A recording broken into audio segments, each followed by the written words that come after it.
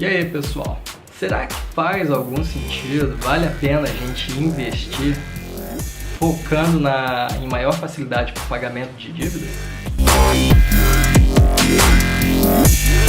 Resolvi gravar esse vídeo depois de ter assistido um vídeo da Mirna, do canal Economirna, tratando sobre esse assunto. Eu gosto bastante dos vídeos que ela produz, o conteúdo é de excelente qualidade, eu sigo, recomendo que vocês façam mesmo, mas eu tenho uma opinião um pouquinho diferente em relação a esse assunto e eu gostaria de compartilhar com vocês. O primeiro ponto que eu acho muito importante, que a gente deve sempre lembrar, é que a eficiência como investidor ela depende de 3 fatores. O primeiro é a capacidade de poupança, aporte e tempo. Uma pessoa endividada dificilmente vai conseguir conciliar esses 3 fatores, vai conseguir lidar com isso de uma forma realmente inteligente, porque a situação de endividamento ela não permite isso. E por mais que você tente imaginar que o efeito de juros compostos ele está presente nos 2 cenários, a gente tem um probleminha, que são forças opostas. Então fica complicado, porque o efeito dos juros compostos numa dívida ele é muito maior porque a taxa é maior, porque envolve risco, envolve uma série de condições, enquanto o investimento normalmente ele está atrelado mais assim, digamos que na renda fixa, ao CDI. E a gente busca rentabilidades próximas ou que superem um pouco. Se você disser que você precisa de um resultado melhor que esse, que você busca rendimentos superiores, certamente você precisaria assumir níveis de risco maior. Numa situação de endividamento, isso não é aceitável.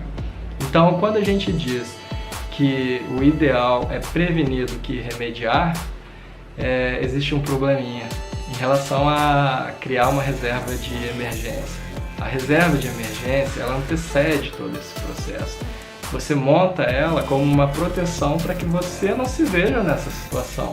Não é depois de endividado que você vai se preocupar com isso.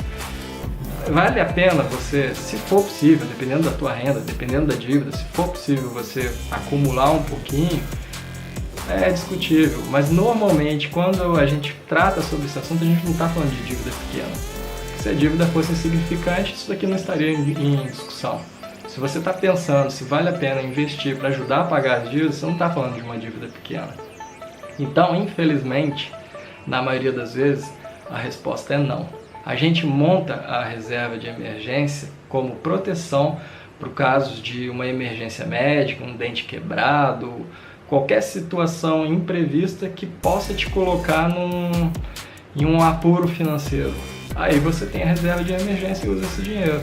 Agora tem outros casos que você não tem a situação de dívida, você tem uma reserva de emergência razoável, chegou num montante de investido maior e começa a sofisticar um pouquinho mais seus investimentos, aceita níveis de risco maior e começa a ter rentabilidade maior.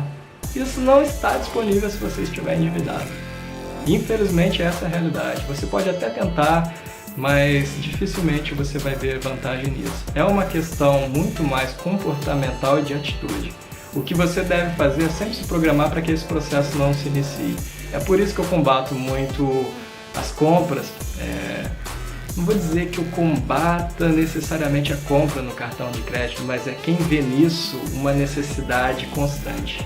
Quem diz que para poder sobreviver depende desse instrumento, porque aí você está na corda bamba. Então, evite cartão de crédito, evite entrar no cheque especial e fazer financiamentos desnecessários.